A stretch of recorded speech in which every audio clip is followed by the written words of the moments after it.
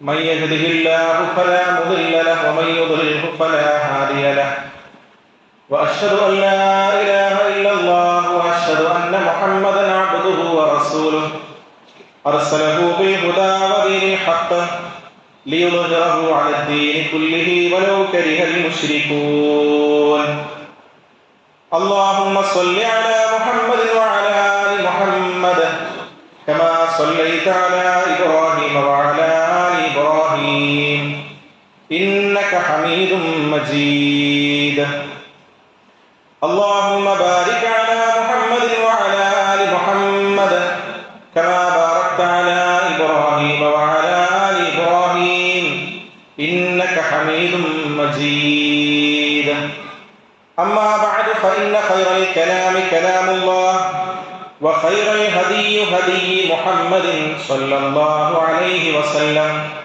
وشر الأمور محدثاتها وكل محدثة بدعة وكل بدعة ضلالة وكل ضلالة في النار أعوذ بالله من الشيطان الرجيم يا أيها الذين آمنوا اتقوا الله حق تقاته ولا تموتن إلا وأنتم مسلمون بسم الله الرحمن الرحيم الذين إن مكناهم في الأرض أقاموا الصلاة وآتوا الزكاة وأمروا بالمعروف ونهوا عن المنكر ولله عاقبة الأمور. ബഹുമാനരായ സത്യവിശ്വാസികളെ, സത്യവിശ്വാസിനികളെ, പടച്ച തമ്പുരാന്റെ കൽപ്പനകളും നിർദ്ദേശങ്ങളും ജീവിതത്തിന്റെ എല്ലാ മേഖലകളിലും സൂക്ഷിച്ചുകൊണ്ട് മുത്തഖിയായി മുവഹ്ഹിദായി ജീവിക്കണമെന്ന് ആമുഖമായി സ്വന്തത്തോടും തുടർന്ന് നിങ്ങളോട് ഓരോരുത്തരോടും ഉപദേശിക്കുകയാണ്, വസിയ്യത്ത് ചെയ്യുകയാണ്. സഹോദരങ്ങളെ, നമ്മുടെ മാതൃരാജ്യമായ ഇന്ത്യ അതിൻ്റെ 79ാമത് സ്വാതന്ത്ര്യദിന പൊൻപുലരി ആഘോഷപൂർവ്വം കൊണ്ടാടുകയാണ്. പൗരത്വം കൊണ്ട് നമ്മളൊക്കെ ഇന്ത്യക്കാരാണ്. ആദർശം കൊണ്ട് നമ്മൾ മുസ്ലിങ്ങളാണ്. ഇന്ത്യൻ മുസ്ലിങ്ങളായ നമ്മൾ ഈ സ്വതന്ത്ര രാജ്യത്ത് ജീവിക്കുമ്പോൾ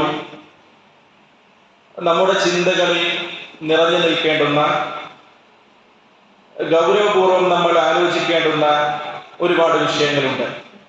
അതിലൊന്ന് ആധുനികവും പൗരാണികവുമായ വിവിധ കാലഘട്ടങ്ങളിലെ മുസ്ലിമീങ്ങൾ ജീവിച്ച നാടുകളെയും മുസ്ലിമീങ്ങൾ ജീവിച്ച പരിസരങ്ങളെയും മുസ്ലിമീങ്ങൾ ജീവിച്ച ഭരണ പ്രദേശങ്ങളെയും ഒക്കെ വിശകലനം ചെയ്താൽ പ്രധാനമായും 3 തരത്തിൽ രാജ്യങ്ങളെ നമുക്ക് വിഭജിക്കാൻ കഴിയും. അതിലൊന്ന് ഇസ്ലാമിക ഭരണ പ്രദേശങ്ങളാണ്, ദാറുൽ ഇസ്ലാം. ഇസ്ലാമിക ശരീഅത്ത് അനുസരിച്ചുകൊണ്ട് മുന്നോട്ട് പോകാൻ കഴിയുന്ന ഭരണ പ്രദേശങ്ങൾ. രണ്ടാമത്തത് ഇസ്ലാമിക വിരുദ്ധ ഭരണ പ്രദേശങ്ങളാണ്, ദാറുൽ ഹർബ്. ഇസ്ലാമിനോട് യുദ്ധം പ്രഖ്യാപിച്ച, ഇസ്ലാം കേൾക്കുന്നത്, ഇസ്ലാം പ്രബോധനം ചെയ്യുന്നതൊക്കെ തടസ്സം നേരിടുന്ന ഭരണ പ്രദേശങ്ങൾ. മൂന്നാമത്തത് ഇസ്ലാമികേതര ഭരണ പ്രദേശങ്ങളാണ്, ദാറുസുൽഹ് അല്ലെങ്കിൽ ദാറുദ്ദഅവ എന്ന് വേണമെങ്കിൽ നമുക്ക് വിളിക്കാം. ഇസ്ലാമിക മതപ്രബോധനത്തിന് സ്വാതന്ത്ര്യമുള്ള ഇസ്ലാമേതര ഭരണ പ്രദേശങ്ങൾ. ഇങ്ങനെ 3 വിഭാഗമായി നമുക്ക് രാജ്യങ്ങളെ തരംതിരിക്കാൻ കഴിയും. ഏത് ജീവിത സാഹചര്യങ്ങൾക്കും ഏത് രാജ്യക്കാർക്കും ബാധകമായ സവിശേഷമായ മാർഗരേഖയാണ് പരിശുദ്ധ ദീനുൽ ഇസ്ലാം മുന്നോട്ട് വെക്കുന്നത്. മുസ്ലിം രാജ്യം ഭരിക്കുന്ന രാജ്യമാണെങ്കിലും ശരി, മതേതര രാജ്യമാണെങ്കിലും ശരി, ഓരോ രാജ്യത്തെ രാജ്യക്കാർക്കും വേണ്ടിയുള്ള കൃത്യമായ മാർഗരേഖ ഇസ്ലാം മുന്നോട്ട് വെക്കുന്നുണ്ട്. ഇന്ത്യ രാജ്യം ഏത് വിഭാഗത്തിലാണ് പെടുക? ദാറുൽ ഇസ്ലാമാണോ? അല്ല. ദാറുൽ ഹർബാണോ? അതുമല്ല.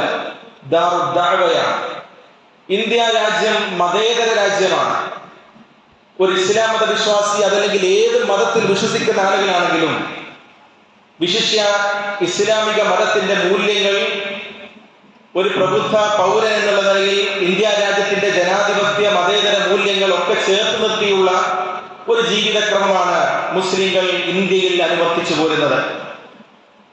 രണ്ടാമതായി നമ്മൾ മനസ്സിലാക്കേണ്ടത് സ്വാതന്ത്ര്യം എന്നുള്ളത് ഏതൊരു മുസ്ലിമിന്റെയും അഭിലാഷമാണ്. ലോകത്തിന്റെ വിവിധ ഭാഗങ്ങളിൽ സ്വാതന്ത്ര്യമില്ലാതെ പീഡിപ്പിക്കപ്പെടുന്ന ഒരുപാട് മുസ്ലിങ്ങളുണ്ട്. വംശഹത്യക്ക് വിധേയമായിക്കൊണ്ടിരിക്കുന്ന ഒരുപാട് ജനവിഭാഗങ്ങളുണ്ട്. ഫലസ്തീൻ, റോഹിംഗ്യ, ചൈനയിലെ തന്നെ ഉയ്ഗൂർ എന്ന് പറയുന്ന പ്രദേശങ്ങൾ, ഇതൊക്കെ ഉദാഹരണങ്ങൾ മാത്രമാണ്. ആ രാജ്യങ്ങളിലുള്ള ഈ ജനവിഭാഗങ്ങളെ സംബന്ധിച്ചിടത്തോളം സ്വാതന്ത്ര്യം എന്ന ചിന്തയെക്കുറിച്ച് പോലും സ്വപ്നം കാണാൻ കഴിയാത്ത, പൂവണിയാത്ത സ്വപ്നമായിട്ടാണ് നിർഭയത്വമൊക്കെ അവർ കൊണ്ടു നടക്കുന്നത്. ജീവിതത്തിൽ ബോംബ് സ്ഫോടനങ്ങൾ, മിസൈലിന്റെ ശബ്ദങ്ങൾ കേട്ടുകൊണ്ട് ഞെട്ടിത്തെറിക്കുന്ന ബാല്യങ്ങളാണ് അവിടെയുള്ളത്. ഇസ്ലാമിക വേഷം ധരിക്കാൻ തടസ്സം നേരിടുന്നവരാണ് അവർ. പർദ്ദയിടാൻ പറ്റാത്തവർ, താടി വെക്കാൻ കഴിയാത്തവർ, ജമാഅത്തുകൾക്ക് പോവാൻ തോക്കുധാരികൾ തടസ്സം നിൽക്കുന്ന, അങ്ങനെയുള്ള തോക്കുധാരികളുടെ ആട്ടും തുപ്പും ഔദാര്യവും കാത്തിരിക്കേണ്ടി വരുന്ന ഒരു ജമാഅത്തായ ഒരു നമസ്കാരങ്ങൾക്ക് ഇങ്ങനെയുള്ള മുസ്ലിം ആളുകൾ ജീവിക്കുന്ന രാജ്യങ്ങളുണ്ട്. അതിനിടയിൽ നമ്മൾ ഇന്ത്യ എന്ന് പറയുന്ന രാജ്യത്ത് ജമാഅത്തായി നമസ്കരിക്കുവാൻ, ജുമാ നിർവഹിക്കുവാൻ, മതപ്രബോധനത്തിന് എല്ലാ നിലക്കുള്ള സ്വാതന്ത്ര്യം നൽകപ്പെടുന്ന ഒരു രാജ്യത്ത് ജീവിക്കുമ്പോൾ നമ്മൾ നമ്മുടെ അനുഗ്രഹങ്ങളെ കുറിച്ച് പടച്ച റബ്ബിനോട് നന്ദി കാണിക്കുകയും ആ അനുഗ്രഹങ്ങളെ കുറിച്ച് ചിന്തിക്കുകയും വേണം. തുമ്മ ലതുസ്അലുന്ന യൗമഇദിൻ അനിൻ നഈം, തുമ്മ ലതുസ്അലുന്ന യൗമഇദിൻ അനിൻ നഈം. നിങ്ങളോട് നിങ്ങൾ ആസ്വദിച്ച ഈ അനുഗ്രഹങ്ങളെ കുറിച്ച് അല്ലാഹു ചോദ്യം ചെയ്യപ്പെടും പിന്നീട് എന്ന് ഖുർആൻ പറയുന്നുണ്ട്. ഈ ആയത്തിനെ വിശദീകരിച്ചുകൊണ്ട് മഹാനായ മുഫസ്സിർ ഇബ്നു കസീർ റഹ്മത്തുള്ളാഹി അലൈഹി പറഞ്ഞത് അതെന്തിനെ കുറിച്ചാണ്? മിനസ്സിഹ, നിങ്ങൾ വിസ്മരിച്ചു പോകുന്ന നിങ്ങളുടെ ആരോഗ്യത്തെക്കുറിച്ച്, വൽ അംന, നിർഭയത്വത്തെക്കുറിച്ച്. ഒരു ഭയപ്പാടുമില്ലാതെ, അധികാരിയോടുള്ള ഭയമില്ലാതെ നിർഭയത്വത്തോടുകൂടി നിങ്ങൾക്ക് ജീവിക്കാൻ നാട്ടിൽ കഴിയുന്നുവെങ്കിൽ ആ അനുഗ്രഹത്തെക്കുറിച്ചും നാളെ അല്ലാഹു ചോദിക്കുമ്പോൾ റിസ്ഖ്, നിങ്ങൾക്ക് ലഭിക്കുന്ന സുഭക്ഷ്യമായ ഭക്ഷണത്തെക്കുറിച്ച്. രാജ്യത്തിന്റെ അകത്തും പുറത്തുമൊക്കെയുള്ള സംഭവ വികാസങ്ങൾ കാണിച്ചുകൊണ്ട് പല നിലക്കും ആകുലപ്പെടുന്ന ആളുകളെ കാണാൻ കഴിയും. പല നിലക്കുള്ള സംസാരങ്ങൾ നടത്തുന്ന ആളുകളെ കാണാൻ കഴിയും. അവരും നമ്മളുമൊക്കെ ആലോചിക്കേണ്ടത്, നിർഭയത്വമുള്ള ഒരു നാട്ടിൽ, മതേതരത്വമുള്ള ഒരു നാട്ടിൽ നമ്മൾ ജീവിക്കുമ്പോൾ എനിക്ക് അള്ളാഹുവിനോട് ചെയ്തിരുന്ന അനുഗ്രഹങ്ങൾക്ക് നന്ദി കാണിക്കാൻ കഴിഞ്ഞിട്ടുണ്ടോ എന്നുള്ളതാണ്. ഞാൻ ആമുഖമായി ഓതിയത്, ഒരു നാട്ടിൽ നമുക്ക് സ്വാതന്ത്ര്യമുണ്ടെങ്കിൽ, ഒരു നാട്ടിൽ അള്ളാഹു നമുക്ക് സ്വാധീനം നൽകിയാൽ അവിടെ എങ്ങനെയാണ് ജീവിക്കേണ്ടത് എന്ന് വിശുദ്ധ ഖുർആൻ പഠിപ്പിക്കുന്നുണ്ട്. അല്ലദീന ഇൻ മക്കന്നാഹും ഫിൽ അർദ് അഖാമുസ് സ്വലാ വആതുസ് സകാ വഅമറൂ ബിൽ മഅറൂഫി വനഹൗ അനിൽ മുൻകർ വലില്ലാഹി ആഖിബത്തുൽ ഉമൂർ. ഭൂമിയിൽ നാം സ്വാധീനം നൽകിയാൽ, അല്ലദീന ഇൻ മക്കന്നാഹും ഫിൽ അർദ്, ഭൂമിയിൽ ആളുകൾക്ക് എല്ലാത്തിനുമുള്ള ഒരു സ്വാതന്ത്ര്യം നൽകിയാൽ, അഖാമുസ് സ്വലാ, നമസ്കാരം കൃത്യമായി നിർവഹിക്കുകയും, വആതുസ് സകാ, സകാത്ത് നൽകുകയും, വഅമറൂ ബിൽ മഅറൂഫി വനഹൗ അനിൽ മുൻകർ, നന്മ കൽപ്പിക്കുകയും തിന്മ വിരോധിക്കുകയും ചെയ്യുന്നവരത്രേ ആ ആളുകൾ എന്ന് ഖുർആൻ പറഞ്ഞു. എന്നിട്ട് വലില്ലാഹി ആഖിബത്തുൽ ഉമൂർ, കാര്യങ്ങളുടെ അവസാനം എപ്പോഴും അള്ളാഹുവിനുള്ളതാകുന്നു എന്നും ഖുർആൻ പറഞ്ഞു വെക്കുന്നുണ്ട്. അപ്പോൾ നമ്മൾ നമ്മുടെ കടമകൾ നിർവഹിച്ചിട്ടുണ്ടോ? ഇസ്ലാമിക ദഅവത്ത്, ഇസ്ലാമുമായി ബന്ധപ്പെട്ട ആളുകൾക്കുണ്ടാകുന്ന തെറ്റിദ്ധാരണകൾ, ആ ധാരണകൾ തിരുത്തുവാനും എന്റേതായ നിലക്കുള്ള പ്രബോധന പ്രവർത്തനങ്ങളിൽ എനിക്ക് മുന്നിട്ട് അള്ളാഹുവിനോട് നന്ദി കാണിക്കാൻ ഈ നിർഭയത്വത്തിന്, ഇന്ത്യ രാജ്യത്ത് മതേതരത്വത്തിന് സ്വാതന്ത്ര്യമുണ്ട്, മതസ്വാതന്ത്ര്യമുണ്ട് എന്ന നിലക്ക് എന്നിലൂടെ എത്ര പേര് സന്ദേശം കേട്ടിട്ടുണ്ട്, ഈ കാര്യങ്ങൾ നമ്മുടെ മനസ്സിലുണ്ടാകണം. അതോടൊപ്പം അഖണ്ഡത കാത്തു സൂക്ഷിക്കുക, മതേതര സമൂഹത്തോടൊപ്പം ചേർന്ന് നിൽക്കുക എന്നുള്ളതാണ്. നമ്മൾ ഒരു വിഭാഗമായി വിഭാഗീയത കാണിക്കുക ഇസ്ലാമിനെ സംബന്ധിച്ചിടത്തോളം അന്യമാണെന്ന് മാത്രമല്ല, അതിനെ എല്ലാവരോടും ചേർന്ന് ജീവിക്കാൻ ഖുർആൻ ആവശ്യപ്പെടുന്നില്ല. മതകാര്യത്തിൽ നിങ്ങളോട് യുദ്ധം ചെയ്യാത്ത, നിങ്ങളോട് എതിർക്കാത്ത ഒരു ജനവിഭാഗമാണ് നിങ്ങളുടെ കൂടെയുള്ളത്. അത് മറ്റേത് വിഭാഗമാണെങ്കിലും നിങ്ങൾക്ക് അവരോട് നല്ല നിലയിൽ വർത്തിക്കാം. വലം യുഖ്രിജൂകും മിൻ ദിയാരികും, അവർ നിങ്ങളുടെ വീടുകളിൽ നിന്ന് പുറത്താക്കുന്നില്ലെങ്കിൽ അങ്ങനെയുള്ള ആളുകളാണ് നിങ്ങളുടെ അയൽവാസി, അങ്ങനെയുള്ള ആളുകളാണ് നിങ്ങളുടെ കുടുംബക്കാർ, അങ്ങനെയുള്ള ആളുകളാണ് നിങ്ങളുടെ നാടിന്റെ സമീപത്തുള്ള ആളുകളെങ്കിൽ അൻതബറൂഹും വതുഖ്സിതു ഇലൈഹിം, നിങ്ങൾ അങ്ങനെയുള്ള ആളുകളോട് നിങ്ങൾ നന്മ ചെയ്യുന്നതും നിങ്ങൾ അവരോട് നീതി കാണിക്കുന്നതും അല്ലാഹു സുബ്ഹാനഹു വ തആല നിങ്ങളെ വിലക്കുന്നില്ല, നിങ്ങളെ നിരോധിക്കുന്നില്ല എന്നാണ് വിശുദ്ധ ഖുർആൻ പറയുന്നത്. കാരണം ഇന്നല്ലാഹ യുഹിബ്ബുൽ മുഖ്സിതീൻ, അല്ലാഹുവിനെ നീതി കാണിക്കുന്ന ആളുകളെ അല്ലാഹു ഇഷ്ടപ്പെടുന്നു എന്നാണ് പറഞ്ഞത്. മൂന്നാമതായി, ജീവിക്കുന്ന നാട്, നമ്മൾ ജീവിക്കുന്ന നാട്, നമ്മുടെ പ്രദേശം മുസ്ലിമിനെ സംബന്ധിച്ചിടത്തോളം വൈകാരിക ബന്ധമുള്ള ഇടങ്ങളാണ്. ആരും പറയേണ്ടതില്ല മുസ്ലിമിനോട് സ്വന്തം നാടിനെ സ്നേഹിക്കണമെന്ന്. അത് മനുഷ്യന്റെ ഉള്ളിലുള്ളതാണ്. വിശിഷ്യ മുസ്ലിമിനെ സംബന്ധിച്ചിടത്തോളം റസൂലുള്ളാഹി സ്വല്ലല്ലാഹു അലൈഹി വസല്ലം ഈ ഉമ്മത്തിനെ പഠിപ്പിച്ചതാണ്. നോക്കൂ നിങ്ങൾ, മഹാനായ ഇബ്രാഹിം നബി അലൈഹിസ്സലാത്തു വസ്സലാം തന്റെ കൂടപ്പിറപ്പുകൾ ജീവിക്കുന്ന പ്രദേശത്തിനായി ഇബ്രാഹിം നബി അലൈഹിസ്സലാത്തു വസ്സലാം നടത്തുന്ന പ്രാർത്ഥന വിശുദ്ധ ഖുർആനിലുണ്ട്. വഇദ ഖാല ഇബ്രാഹിം, തന്റെ കൂടപ്പിറപ്പുകൾ അവിടെ ഒരു നാട്ടിലാക്കിയിട്ട് ഇബ്രാഹിം നബി തിരിച്ചു വരികയാണ്. റബ്ബി ജഅൽ ഹാദാ ബലദൻ ആമിന, അതെന്റെ കൂടപ്പിറപ്പുകളുടെ നാടാണ്, ആ നാട് നീ അമ്നുള്ള നിർഭയത്വമുള്ള നാടാകണമെന്ന് ഇബ്രാഹിം അലൈഹിസ്സലാത്തു വസ്സലാം തന്റെ കൂടപ്പിറപ്പീങ്ങൾ ജീവിക്കുന്ന നാടിന് വേണ്ടി പ്രാർത്ഥിക്കുന്നുണ്ട്. ഒരു നാട്ടിലെ ഭരണാധികാരികൾ മാറിയേക്കാം, രാജ്യത്തെ ജീവിത സാഹചര്യങ്ങൾ മാറി മറിഞ്ഞേക്കാം. പക്ഷെ ആ മണ്ണിനോട്, നമ്മൾ ജനിച്ചു വളർന്ന ആ മണ്ണിനോട് ഒരു വികാരം ഉണ്ടാകണം. മക്കയിൽ നിന്ന് റസൂലുള്ളാഹി സ്വല്ലല്ലാഹു അലൈഹി വസല്ലം ആട്ടിയോടിക്കപ്പെടുമ്പോൾ പ്രവാചകൻ സ്വല്ലല്ലാഹു അലൈഹി വസല്ലം പറഞ്ഞ വാക്കുകളുണ്ട്. നാട്ടിലുള്ള ആളുകൾ ദ്രോഹിക്കുകയാണ്, ആ നാട് വിട്ടാണ് റസൂലുള്ളാഹി സ്വല്ലല്ലാഹു അലൈഹി വസല്ലം പോകുന്നത്. അല്ലാഹുമ്മ ഹബ്ബിബ് ഇലൈനാ അൽ മദീന, അല്ലാഹുവേ ഞാൻ മദീനയിലേക്കാണ് പോകുന്നത്. മദീന ഞാൻ കാണാത്ത പ്രദേശമാണ്, എന്നാൽ മക്കയിൽ ഞാൻ വളർന്നതാണ്, ഞാൻ ജനിച്ചതാണ്. ആ നാടിനോട് എനിക്കൊരു സ്നേഹമുണ്ട്. മക്കയോടുള്ള എന്റെ ഇഷ്ടം എത്രയാണോ അതിനേക്കാൾ വലിയ ഇഷ്ടം റബ്ബേ ഞാൻ പോകുന്ന മദീനയോട് എനിക്കുണ്ടാകണേ എന്ന് റസൂലുള്ളാഹി സ്വല്ലല്ലാഹു അലൈഹി വസല്ലം പ്രാർത്ഥിച്ചത് ചരിത്രത്തിൽ വായിക്കാൻ കഴിയും. അത് പ്രവാചകന് സ്വന്തം മണ്ണിനോടുള്ള സ്നേഹമാണ്, സ്വന്തം രാജ്യത്തോടുള്ള സ്നേഹമാണ്. മൂന്ന് കാര്യങ്ങൾ മൂന്ന് ജീവികളിൽ ഊട്ടപ്പെട്ടതാണ്. അതിലൊന്ന്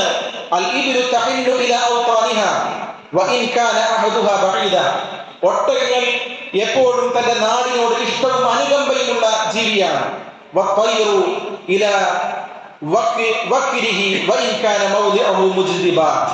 അതേപോലെ തന്നെ പക്ഷി തന്റെ കൂട്ടിലേക്ക് ഇഷ്ടമുള്ള ജീവിയാണ്. ഒരു പക്ഷേ തന്റെ കൂടിരിക്കുന്നത് വരൾച്ചയുള്ള സ്ഥലത്താണെങ്കിലും ശരി. മനുഷ്യൻ ഒരു മനുഷ്യൻ തന്റെ നാടിനോട് അങ്ങേയറ്റം ആഗ്രഹമുള്ള ഇഷ്ടമുള്ള സ്നേഹമുള്ള ആളായിരിക്കും. ഒരു പക്ഷേ മറുനാട്ടിലായിരിക്കും അവന് കൂടുതൽ ഹൈറുണ്ടാവുക, എങ്കിലും അവൻ തന്റെ നാടിനോട് ഇഷ്ടമുള്ളവനായിരിക്കും. ഈ മൂന്ന് കാര്യങ്ങൾ മനുഷ്യന് ഊട്ടപ്പെട്ടതാണ്. ഇന്ത്യൻ മുസൽമാനെ സംബന്ധിച്ചിടത്തോളം ഒരാളും ഇന്ത്യൻ മുസൽമാന് രാജ്യസ്നേഹം പഠിപ്പിക്കേണ്ടതില്ല. ഇന്നലകളിൽ നമ്മുടെ പൂർവ്വപിതാക്കന്മാർ രാജ്യത്തിന് വേണ്ടി അർപ്പിച്ച രക്തത്തെക്കുറിച്ച്, വിയർപ്പിനെ കുറിച്ച്, അധ്വാനത്തെ കുറിച്ച് പറയാതെ ചരിത്രരേഖകളിൽ ഉല്ലേഖനം ചെയ്യപ്പെട്ട് കിടക്കുന്നുണ്ട്. ആ നിലക്ക് നമുക്കും നാടിന് വേണ്ടി, നാടിന്റെ യശസ്സിന് വേണ്ടി, മതേതരത്വത്തിന് വേണ്ടി, രാജ്യത്തിന്റെ അഖണ്ഡതയ്ക്ക് വേണ്ടി പ്രവർത്തിക്കുവാൻ കഴിയുക എന്നതാണ് മുസൽമാനെ സംബന്ധിച്ചിടത്തോളം നമുക്ക് ചെയ്യാനുള്ളത്. അതോടൊപ്പം നാലാമതായി നാടിനും സമൂഹത്തിനും നന്മയുള്ള ഏത് പ്രവർത്തനങ്ങളിലും ചേർന്ന് നിൽക്കുക എന്നുള്ളതാണ്.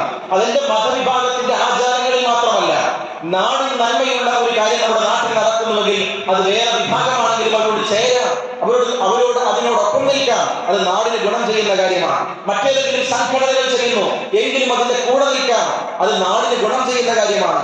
ആളുകൾക്ക് നീതി ഉറപ്പാക്കുന്ന കാര്യമാണെങ്കിൽ അത്തരം കാര്യങ്ങളിൽ ഒരു മുസ്ലിമിന് പങ്കെടുക്കാം. റസൂലുള്ളാഹി സ്വല്ലല്ലാഹു അലൈഹി വസല്ലം ചെറുപ്പത്തിൽ പ്രവാചകൻ മക്കയിലേക്ക് യമനിൽ നിന്നൊരു വ്യാപാരി വന്നു. അദ്ദേഹം മക്കയിൽ വന്ന് കച്ചവടം ചെയ്യുകയാണ്. അദ്ദേഹത്തിന്റെ കയ്യിലുള്ള കാര്യങ്ങൾ വിൽക്കാൻ തുടങ്ങി. മക്കയിൽ ഉണ്ടായിരുന്ന ഒരു വ്യാപാരി, സ്വാധീനമുള്ള വ്യക്തി, ആ യമനിൽ നിന്ന് വന്ന കച്ചവടക്കാരിൽ നിന്ന് വസ്തുക്കൾ വാങ്ങി. എന്നിട്ട് അദ്ദേഹം പണം തിരിച്ചു കൊടുത്തില്ല. പണം തിരിച്ചു കൊടുക്കാത്തത് കണ്ടപ്പോൾ അദ്ദേഹം വളരെ വിഷമിച്ചു. യമനിൽ നിന്ന് വന്ന പല ആളുകൾക്കും മക്കയിലുള്ള ആളുകൾക്ക് പരാതി കൊടുത്തു. അങ്ങനെ അവിടെയുള്ള ആളുകൾ അബ്ദുല്ലാഹ് ഇബ്നു ജുദഅന്റെ വീട്ടിൽ വെച്ച് ഒരു സഖ്യത്തിൽ ഏർപ്പെടുന്നുണ്ട്. റസൂലുള്ളാഹി സ്വല്ലല്ലാഹു അലൈഹി വസല്ലം പിന്നീട് പറയുന്നു, മാ ഉഹിബ്ബു അന്നലി ബിഹി ഹുംറൻ നഅം, ആ സഖ്യത്തെക്കാൾ ചുവന്ന ഒട്ടകങ്ങളെക്കാൾ എനിക്ക് ഇഷ്ടം ആ സഖ്യമായിരുന്നു എന്ന് റസൂലുള്ളാഹി സ്വല്ലല്ലാഹു അലൈഹി വസല്ലം പറഞ്ഞു. വലൗ ദുഈതു ബിഹി ഫിൽ ഇസ്ലാമി ലഅജത്തു, ഇനി ഇസ്ലാമിലാണ്, ഇസ്ലാമിൽ ഞാനായിരിക്കാം. അന്ന് പ്രവാചകൻ യുവാവാണ്. യുവാവായിരിക്കെ പ്രവാചകൻ ആ സഖ്യത്തിൽ ഏർപ്പെട്ടു. എന്തിനാണ്? ഈ യമനിയായ മനുഷ്യന് നീതി കിട്ടാൻ വേണ്ടി എല്ലാവരും ഒരുമിച്ച് കൂടിയപ്പോൾ പ്രവാചകനും അവരുടെ കൂട്ടത്തിൽ കൂടി. അതേപോലെ ഇസ്ലാമിലായിരിക്കെ ഏതെങ്കിലും ഒരു മതവിഭാഗത്തിലാവട്ടെ, ഏതെങ്കിലും ആളുകൾക്കാവട്ടെ നീതി ലഭിക്കാൻ വേണ്ടി ഒരു സഖ്യം രാജ്യത്തുണ്ടാക്കുന്നുവെങ്കിൽ അതിൽ ഇസ്ലാമായിരിക്കെ തന്നെ ഞാൻ കൂടും എന്ന് റസൂലുള്ളാഹി സ്വല്ലല്ലാഹു അലൈഹി വസല്ലം പറയാണ്. എന്താണ് അതിൽ നിന്ന് നമുക്കുള്ള പാഠം? രാജ്യത്തിന്റെ പുരോഗതിക്ക് വേണ്ടി, രാജ്യത്തിന് വേണ്ടി, നന്മയ്ക്ക് വേണ്ടി, നീതിക്ക് വേണ്ടി മറ്റുള്ള ആളുകളുമായി ഇടപെടാൻ, അത്തരം സഖ്യങ്ങളിൽ ഉൾപ്പെടാൻ എന്നാണ് റസൂലുള്ളാഹി സ്വല്ലല്ലാഹു അലൈഹി വസല്ലം പഠിപ്പിക്കുന്നത്. അതോടൊപ്പം തന്നെ ഏതൊക്കെ നിലക്ക് രാജ്യത്ത് പ്രശ്നങ്ങൾ ഉണ്ടാകുന്നു ചില ആളുകൾ സംസാരിക്കുന്നതാണ്. ഭരണഘടന തന്നെ ഉറപ്പു തരുന്ന പല വിഷയങ്ങളും തടയപ്പെടുന്ന ചില പ്രശ്നങ്ങൾ ഇന്ത്യയിൽ ഉണ്ട്. അത് യാഥാർത്ഥ്യമാണ്. ഇന്ത്യ ചരിത്രത്തിൽ നിന്ന് മുസ്ലിങ്ങളുടെ നാമങ്ങൾ മായ്ക്കാനുള്ള ശ്രമങ്ങൾ നടക്കുന്നുണ്ട്.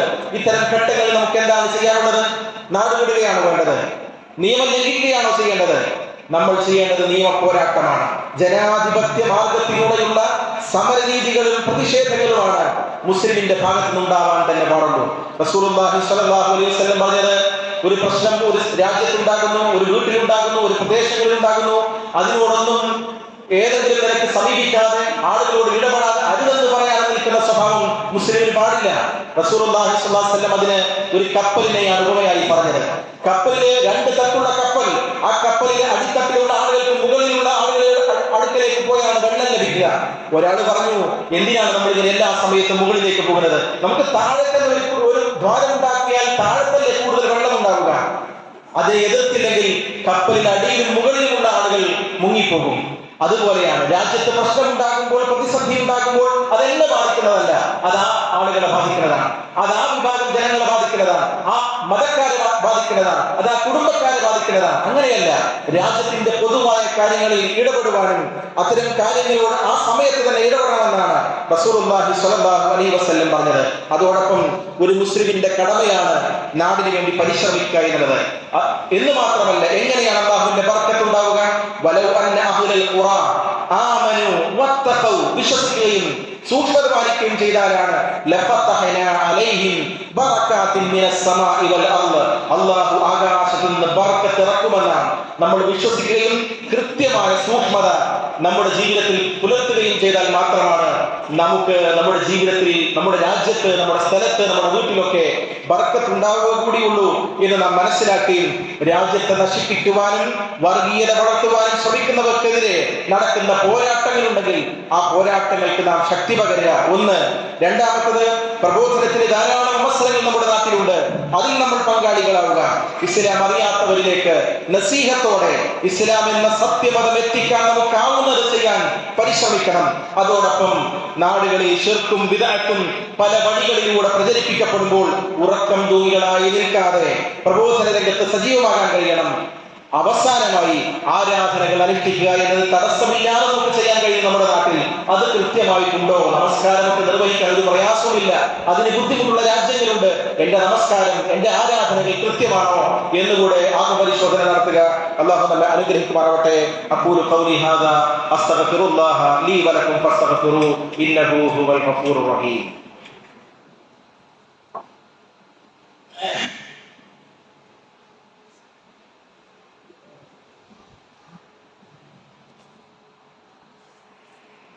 إن الحمد لله والعاقبة للمتقين ولا عدوان إلا على الظالمين ونصلي ونسلم على أشرف الأنبياء والمرسلين نبينا محمد وآله وصحبه أجمعين. അല്ലാഹുവിനെ സൂക്ഷിച്ചുകൊണ്ട് ജീവിക്കണമെന്ന് ഒരിക്കൽ കൂടി ഓർമ്മപ്പെടുത്തുകയാണ്. സഹോദരങ്ങളെ, IMB-യുടെ കീഴിൽ നടക്കുന്ന പാലിയേറ്റീവ് പ്രവർത്തനങ്ങൾക്ക് വർഷത്തിലൊരിക്കൽ നടത്തുന്ന ക്രൗഡ് ഫണ്ടിംഗ് നടക്കുന്ന ദിവസമാണ് ഓഗസ്റ്റ് 15.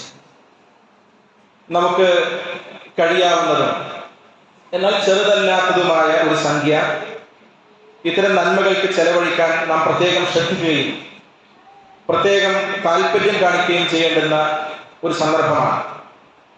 IMB കുറിച്ച് ഒരുപക്ഷെ നമുക്ക് അറിയാമായിരിക്കാം. മാരക രോഗം പിടിപെട്ടാൽ ഒറ്റപ്പെട്ടു പോകുന്ന, കുടുംബം ഒന്നിച്ച് നോക്കിയാൽ പോലും പുലർത്താൻ കഴിയാത്ത മരുന്നിന്റെ വിലയും അസുഖങ്ങളുമൊക്കെ ഉള്ള ആളുകൾ നമുക്കിടയിലുണ്ട്. അവരെ സംരക്ഷിക്കേണ്ടത് വീട്ടുകാരുടെ മാത്രം ഉത്തരവാദിത്തമാണ് എന്ന് കരുതി പോന്നിരുന്ന ഒരു സമൂഹത്തിൽ നിന്ന്, അങ്ങനെയുള്ള ഒരു കാലഘട്ടത്തിൽ നിന്നാണ്, പരിസരത്തിൽ നിന്നാണ് സാന്ത്വന ചികിത്സയുടെ നിശബ്ദ വിപ്ലവങ്ങളായി പാലിയേറ്റീവ് പ്രവർത്തനങ്ങൾ സജീവമാകുന്നത്. 1996 കാലങ്ങളിൽ നമ്മുടെ അടുത്ത പ്രദേശമായ മഞ്ചേരി പരിസരങ്ങളിൽ ഇസ്ലാമി പ്രവർത്തകരും നായകരും ഒക്കെ ആരംഭിച്ച ഈ പ്രവർത്തനത്തിന്റെ പരിണിതിയായി അതിൽ നിന്ന് ആവേശം ഉൾക്കൊണ്ടാണ് നമ്മുടെ ജില്ലയിലും ഒക്കെയുള്ള പാലിയേറ്റീവ് പ്രവർത്തനങ്ങളൊക്കെ ആരംഭിച്ചത് തന്നെ. നമ്മുടെ ചുറ്റുപാടുകളിലേക്ക് ഒന്ന് കണ്ണോടിക്കുക. അങ്ങനെ നോക്കുമ്പോൾ നമുക്ക് ജീവിതത്തിൽ രോഗം തളർത്തിയ ഒരുപാട് മനുഷ്യരെ കാണാം. വേദന കടിച്ചിറക്കി ജീവിക്കുന്ന, ഒന്ന് മയങ്ങാൻ പോലും കഴിയാത്ത, ഒന്ന് നന്നായി ആസ്വദിച്ച് മയങ്ങാൻ പോലും കഴിയാത്ത ഒരുപാട് ജീവിതങ്ങളെ കാണാം. രോഗവും തളർച്ചയും ഒക്കെ ആയുള്ള അത്തരം കുടുംബങ്ങളിലേക്ക് പാലിയേറ്റീവ് കെയറിന്റെ കൂടെ ഒന്ന് പോയാൽ മതി, നിങ്ങൾക്കത് മനസ്സിലാകും. ആ ജീവിതങ്ങൾക്ക് താങ്ങാവുക. ഡയാലിസിസ് സെന്ററുകളിൽ ഓരോ ദിവസവും ഒന്ന് പോയി നോക്കിയാൽ മതി എത്ര ആളുകളാണ് വരുന്നത്, അതിനുള്ള ചിലവ് എത്രയാണ്. അപ്പൊ ഇങ്ങനെയുള്ള കാര്യങ്ങൾക്കൊക്കെ എന്റെ സമ്പാദത്തിന് ഒരു വിഹിതം പോകുന്നത് കുട്ടികളാവട്ടെ, യുവാക്കളാവട്ടെ, വയോധികരാവട്ടെ, നമ്മുടെയൊക്കെ ഹൈറിന്, നമ്മുടെയൊക്കെ ബലത്തിന്, പടച്ച റബ്ബിനോട് റബ്ബേ ഞാനത് ചെയ്യുന്നുണ്ട് എന്ന ബോധ്യത്തിന് ഇത്തരം കാര്യങ്ങളിലേക്കൊക്കെ നോക്കൂ. നിങ്ങൾ അങ്ങനെയുള്ള കുടുംബങ്ങൾ ആലോചിച്ച് നോക്കൂ. നിങ്ങൾ വീടിന്റെ പടി കടന്നു വരുന്ന സുമനസ്സുകളെ, സഹായ ഹസ്തങ്ങൾ, എങ്ങനെ കിറ്റുകളെയൊക്കെ നോക്കി നിൽക്കുന്ന കുടുംബങ്ങൾ നമുക്കിടയിലുണ്ട്, നമ്മുടെ ബന്ധുക്കളിലുണ്ട്, നമ്മുടെ അയൽപ്പക്കത്തുണ്ട്. അവരെ മനസ്സിലാക്കുവാനും അവരെ അറിയുവാനും അവർക്ക് വേണ്ടി സഹായിക്കുവാനും ഒക്കെയുള്ള ഒരു അവസരമായി ഇതിനെ കാണുകയും ചെറുതല്ലാത്തൊരു സംഖ്യ അത്തരം കാര്യങ്ങൾക്ക് നൽകുക. അള്ളാഹു നമ്മുടെ പ്രവർത്തനങ്ങൾ അള്ളാഹു സ്വീകരിക്കുമാറാകട്ടെ. അതോടൊപ്പം നമ്മുടെ പള്ളിയുടെ തൊട്ടയൽവാസിയായ കണ്ണിയൻ മുഹമ്മദ് സാഹിബ് അത്യാസന്ന നിലയിലാണ്. അദ്ദേഹത്തിന് വേണ്ടി പ്രാർത്ഥിക്കാൻ വേണ്ടി ആവശ്യപ്പെട്ടിട്ടുണ്ട്. റഹ്മാനായ നാഥൻ അദ്ദേഹത്തിന്റെ അസുഖം പൂർണ്ണ ശിഫ നൽകി അനുഗ്രഹിക്കുമാറാവട്ടെ. റഹ്മാനായ നാഥൻ മാരകമായ അസുഖങ്ങളിൽ, പെട്ടെന്നുള്ള ആകസ്മികമായ മരണങ്ങളിൽ കാത്തുരക്ഷിക്കുമാറാവട്ടെ. റഹ്മാനായ നാഥൻ നമ്മിൽ നിന്ന് മരണപ്പെട്ടു പോയ മാതാപിതാക്കൾ, ബന്ധുക്കൾ, സുഹൃത്തുക്കന്മാർ എല്ലാവർക്കും അല്ലാഹു മഗ്ഫിറത്തും മർഹമത്തും പ്രദാനം ചെയ്യും. റഹ്മാനായ നാഥൻ നമ്മുടെ കുടുംബത്തിൽ, നമ്മുടെ ജീവിതത്തിൽ, ജോലിയിൽ, വീട്ടിൽ, വാഹനത്തിൽ എല്ലാം അല്ലാഹുവിന്റെ ബർക്കത്തും റഹ്മത്തും അല്ലാഹു പ്രദാനം ചെയ്ത് അനുഗ്രഹിക്കുമാറാവട്ടെ. അല്ലാഹുമ്മ ഗഫിർ ലിൽ മുഅ്മിനീന വൽ മുഅ്മിനാത്ത് വൽ മുസ്ലിമീന വൽ മുസ്ലിമാത്ത് വൽ അഹ്യാഇ മിൻഹും വൽ അംവാത്ത് ഇന്നക മുജീബു ദഅവാതി യാ ഖാദിയൽ ഹാജാത്ത്. اللهم أجرنا من النار، اللهم أجرنا من النار، اللهم أجرنا من النار. اللهم يا مقلب القلوب ثبت قلوبنا على دينك. ربنا آتنا في الدنيا حسنة وفي الآخرة حسنة وقنا عذاب النار. آمين آمين برحمتك يا أرحم الراحمين.